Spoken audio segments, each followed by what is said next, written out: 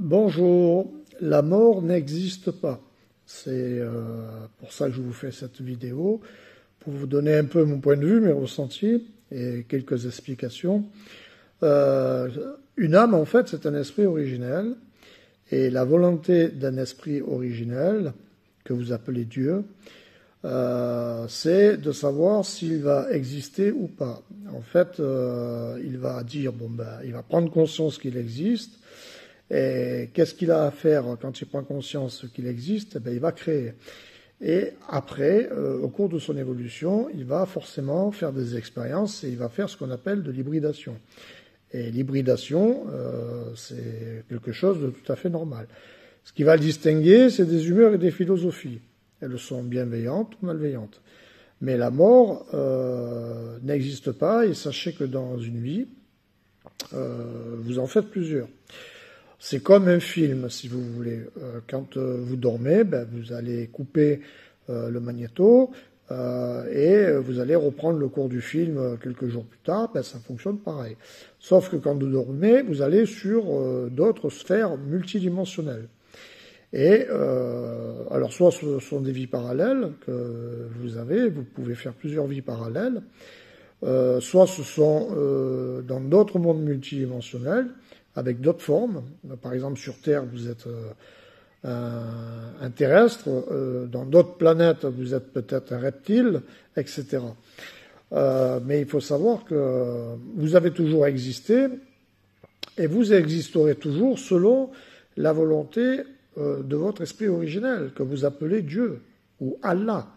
Mais ça fonctionne comme ça. Alors, maintenant, ce qui est vrai, c'est que sur Gaïa, il y a plusieurs types d'ADN. Et il y a des ADN qu'on appelle originels, et il y a des ADN hybrides. Les ADN originels, il faut savoir que les cerveaux ne sont pas formatables, alors qu'un hybride, il va l'être dans un premier temps.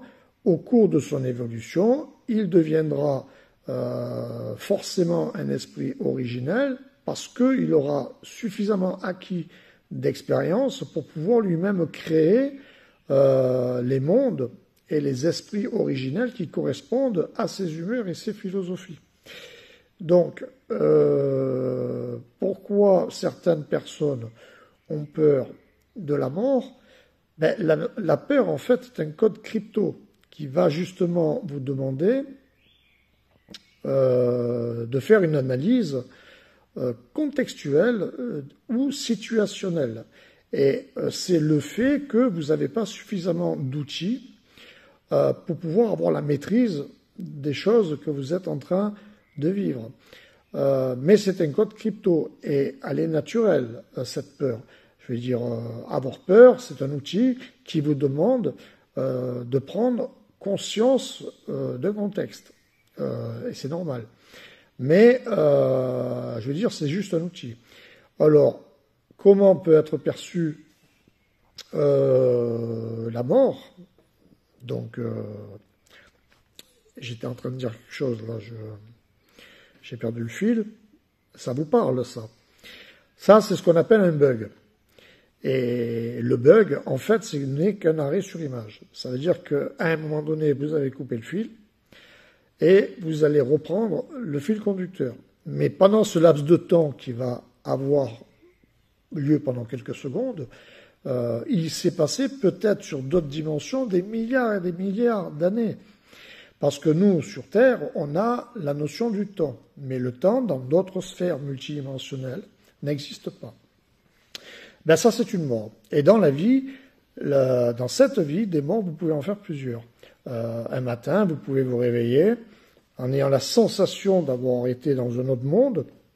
Certaines personnes peuvent avoir aussi des douleurs, thoraciques par exemple, où elles se souviennent qu'elles ont été poignardées, mais en fait, vous venez de vivre une mort. Mais vous avez vécu une mort dans une autre dimension, dans une autre vie, et vous vous êtes réveillé dans un nouveau monde, à l'occurrence celui que vous avez aujourd'hui, pour reprendre le fil conducteur des multiples vies que vous menez par rapport à des narratifs, à des dogmes, à des philosophies, à des humeurs, pour que vous-même vous compreniez comment fonctionnent un peu les mondes par rapport à vos créations, car il faut savoir qu'au final, c'est vous qui êtes le créateur de vos mondes.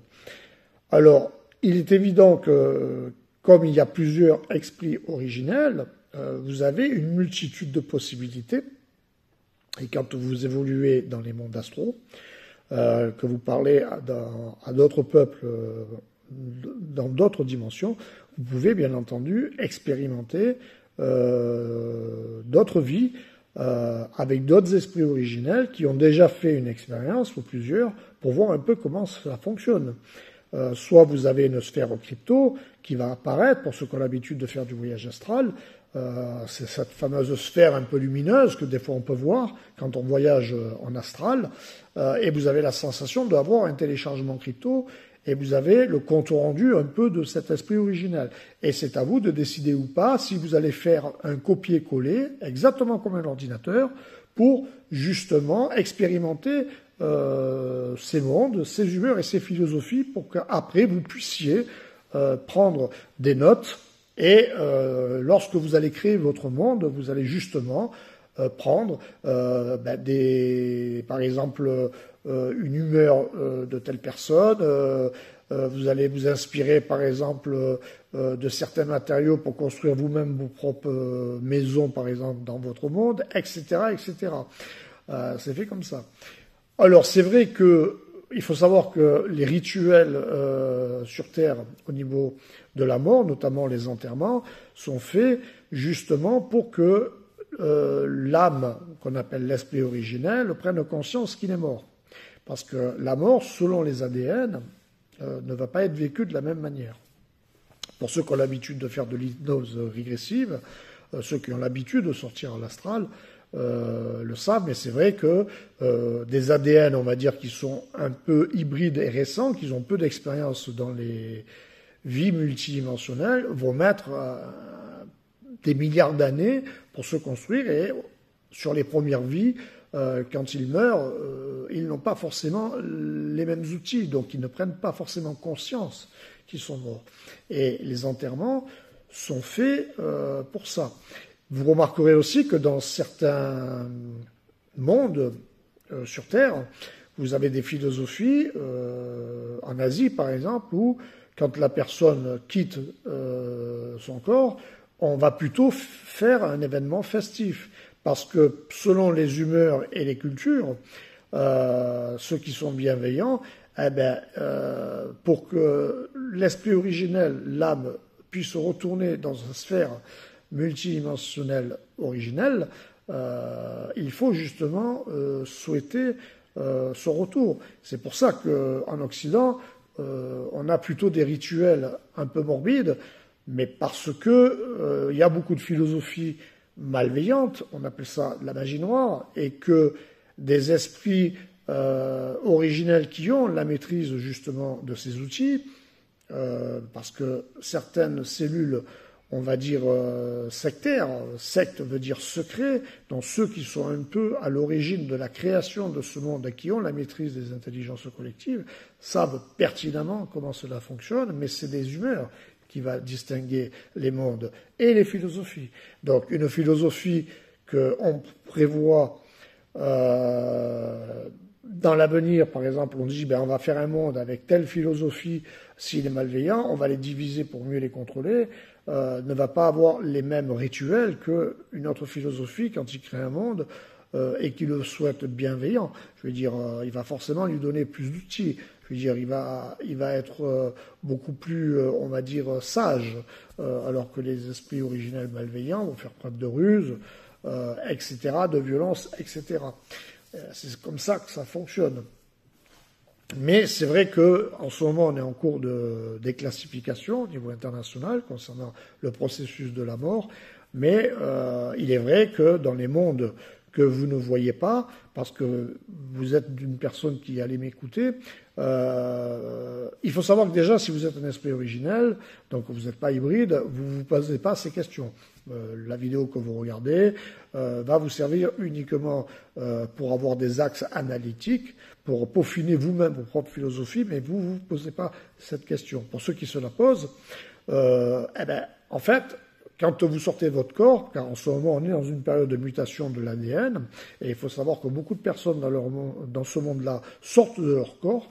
Hein, alors ce sont des sorties qui sont parfois très courtes, ça veut dire cette sensation, vous allez vous voir au-dessus de votre corps, vous pouvez vous retrouver, vous pouvez voir Gaïa à première vue, vous allez avoir une vision à 360 degrés, vous allez avoir un certain calme, mais ça peut vous rendre un peu, on va dire, dubitatif, hein, et après vous allez retourner dans votre corps, et vous allez avoir cette période qui va un peu vous neutraliser, vous allez faire un petit bug, mais chez certaines personnes, selon les philosophies, selon les humeurs, ça peut les traumatiser. Mais ce sont des processus normaux. Hein. Mais c'est vrai que quand vous sortez de votre corps, vous pouvez voir d'autres entités, d'autres mondes, car selon les ADN, on n'a pas les mêmes perceptions. Hein. Il faut bien comprendre qu'on ne voit pas les mêmes réalités. Hein. Vous avez votre réalité, moi j'ai la mienne, etc. Voilà. Et c'est vrai que vous le voyez par exemple sur les phénomènes ufologiques, par exemple, il y a beaucoup de personnes qui disent mais moi j'ai vu par exemple des ovnis, d'autres vous disent ah mais je les vois pas, mais ça c'est normal. Hein. Je veux dire, c'est selon les outils que vous avez, que vous allez peaufiner vos philosophies et vos humeurs. Mais pour ceux qui me suivent aujourd'hui, beaucoup vont directement switcher sur d'autres vies multidimensionnelles. Pour comprendre vos vies multidimensionnelles, il faut que vous analysez vos rêves. Les rêves sont souvent analytiques, mais il peut avoir parfois des souvenirs de vie intérieure. Vous pouvez revivre certaines morts parce que la psyché, qui est en fait l'outil analytique qui va faire une synchronisation de l'ensemble des supraconsciences, qui sont autant de consciences multidimensionnelles par rapport aux raisons pour lesquelles vous avez choisi de faire cette vie, vous allez avoir ces rêves. Et dans ces rêves, il y a plusieurs choses qui se passent. C'est pour ça qu'on me dit souvent que la nuit porte conseil, parce que justement, la nuit, vous allez recevoir une multitude d'encodages, d'informations, et elles sont souvent crypto. Alors, la seule solution, et la plus raisonnable selon moi pour aborder la mort, c'est justement de vous dire quelles sont vos humeurs et vos philosophies, et d'avoir cette sagesse de jamais exclure vos réalités, elles sont importantes, mais ça ne veut pas dire non plus de ne pas mettre en pratique vos désirs, vos idées, comprendre vos humeurs et aussi, à plus long terme, comprendre vos philosophies, comment vous les souhaitez, de vous dire la prochaine vie, je ferai ça, je continuerai peut-être un processus. Par exemple, actuellement sur Terre, vous avez une philosophie, vous avez mis en place certaines choses, vous essayez de les mettre en place, vous allez à un moment donné retourner auprès de votre monde primaire, hein, originel, et dans la prochaine vie, vous allez poursuivre en fait ce que vous avez commencé. Mais c'est aussi à vous de le décider. Et le conseil que je peux vous donner avant de vous endormir, je vous conseille dans ce cas-là de prendre un peu de verveine, de boire un peu de la San Pellegrino, par exemple, de manger des légumes comme les salsifis. Si vous le pouvez, que vous avez une baignoire avec un peu d'eau chaude, avant de vous coucher, faites-vous un petit bain avec de l'eau chaude. Je veux dire, vous laissez un peu relaxer. Et après, vous allez, vous sortez de votre baignoire, vous allez vous sécher et vous allez vous endormir le plus sagement possible, et vous demandez par la télépathie justement d'avoir des synchronisations et de recevoir certaines informations de qui vous êtes vraiment. Et il faut le faire assez régulièrement. Donc il faut éviter de manger des choses qui soient un peu excitantes. Ne pas justement de calmer justement les cerveaux, car vous n'avez pas qu'un seul cerveau. Il y a des ADN, bon, il y a, on va dire, ça c'est un disque dur informatique. Le rôle du cerveau, c'est justement celui qui va accueillir tous les canaux et qui va les organiser. Hein, mais toutes vos cellules de votre corps sont autant d'esprits originels, primaires, il faut le savoir. Hein, et vous avez une multitude de cerveaux dans votre corps, en sachant aussi que vous avez des corps énergétiques, etc. Et d'autres ADN plus originels, les cerveaux sont beaucoup plus on va dire structurés. Moi, par exemple, j'ai un cerveau comme vous, qui a la même fonction que d'autres, mais on est déjà dans des systèmes qu'on appelle de poupées russes, hein, parce que c'est pas parce que vous voyez une chose que cette chose-là, elle est conçue pour la même manière. Hein, c'est aussi ce qu'il faut comprendre. Hein, c'est comme la destruction de matière, en fait, n'existe pas. Tout devient à son état originel. Voilà. Donc, si vous voulez comprendre un peu l'évolution de ce monde, il faut vous dire que ce qui est juste dans un univers ne l'est pas forcément dans un autre univers. Donc c'est cet axe analytique qu'il faut exploiter, et vous verrez qu'avec le temps, vous allez un peu mieux vous comprendre. Et si vous regardez d'ailleurs cette capsule vidéo et que vous êtes arrivé à ce stade, c'est que forcément vous vous posez les bonnes questions, car se poser des questions, c'est toujours la partie embryonnaire pour faire des analyses pertinentes. Passez une bonne journée.